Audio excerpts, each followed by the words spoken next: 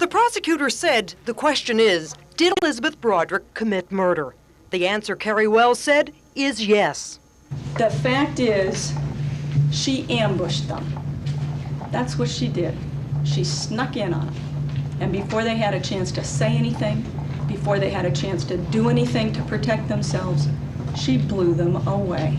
This was an execution. This was a double execution.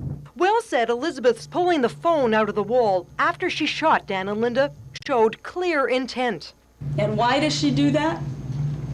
Her own words that she said to her daughter Lee were, quote, so he couldn't save himself.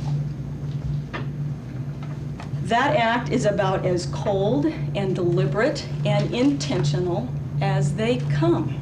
And Wells said it was also clear that the murders were premeditated. She pointed to the threats Elizabeth Broderick made 3 years before the murders in messages left on Dan Broderick's phone machine. I have very important things to ask you. You're making me mad. I'll kill you. This is not someone who is submissive and scared and beaten down. This is a demanding, aggressive, angry, vulgar, vicious woman. And finally, she said it was clear that the jury should find Elizabeth Broderick guilty of 2 counts of first-degree murder. The law does not allow people to charge into other people's homes with loaded guns to confront them, catch them totally off guard, unprotected, helpless, and kill them both, and then say, but gosh, I didn't really mean to do it. I shouldn't be responsible. She's responsible for murder, period. But Broderick's attorney, as he did through this trial, again today painted the accused woman as the victim. Because she wanted some kind of family life. She wanted some kind of love, some kind of tenderness for her and the children. Jack Early said Dan Broderick had forced his ex-wife's hand through years of torment. And in fact, when the affair is finally divulged, what does he do? Does he go and say, yes, I did something bad. I broke a confidence. This is something that we don't do to people that we love and people that we're committed to. Did he do that? No. He said, you're nuts. You need to be committed. Early also said to think that Broderick's actions were premeditated, those of a clear and concise thinking person, was insanity itself.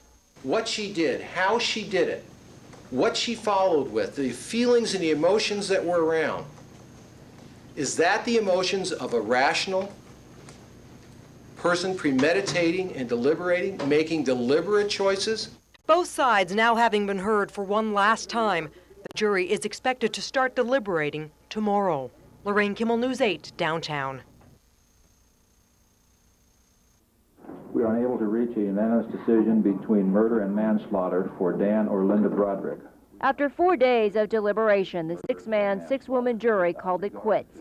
Unable to reach a unanimous verdict, they told the court no amount of further deliberation or help would resolve the problem. Elizabeth Broderick showed no apparent reaction other than a deep sigh. She's not relieved at the prospect that this has to go forward again. I'm disappointed.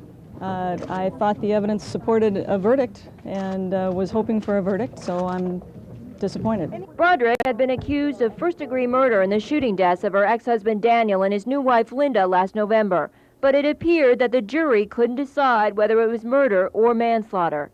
The nearly month-long trial was one of the most talked about and written about, attracting the curious to line up every day outside for a seat in the small courtroom. It had everything a human drama could imagine: love, divorce, money, flashy cars, supposed love affairs, and expensive homes. But through it all, the prosecutor maintained it all boiled down to one thing: premeditated murder. This case, to put it in the simplest possible terms, is about hate and revenge and murder.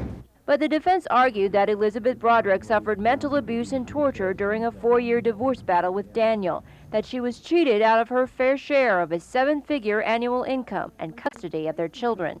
He was telling people I was crazy. I went crazy.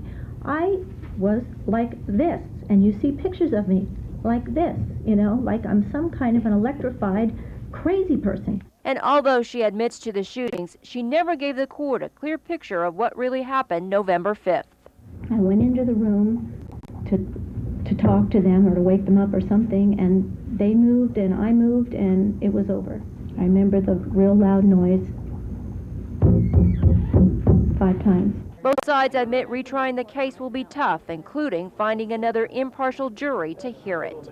Marianne Cushi, News 8. Yes, no, what is the interpretation? Well, the interpretation is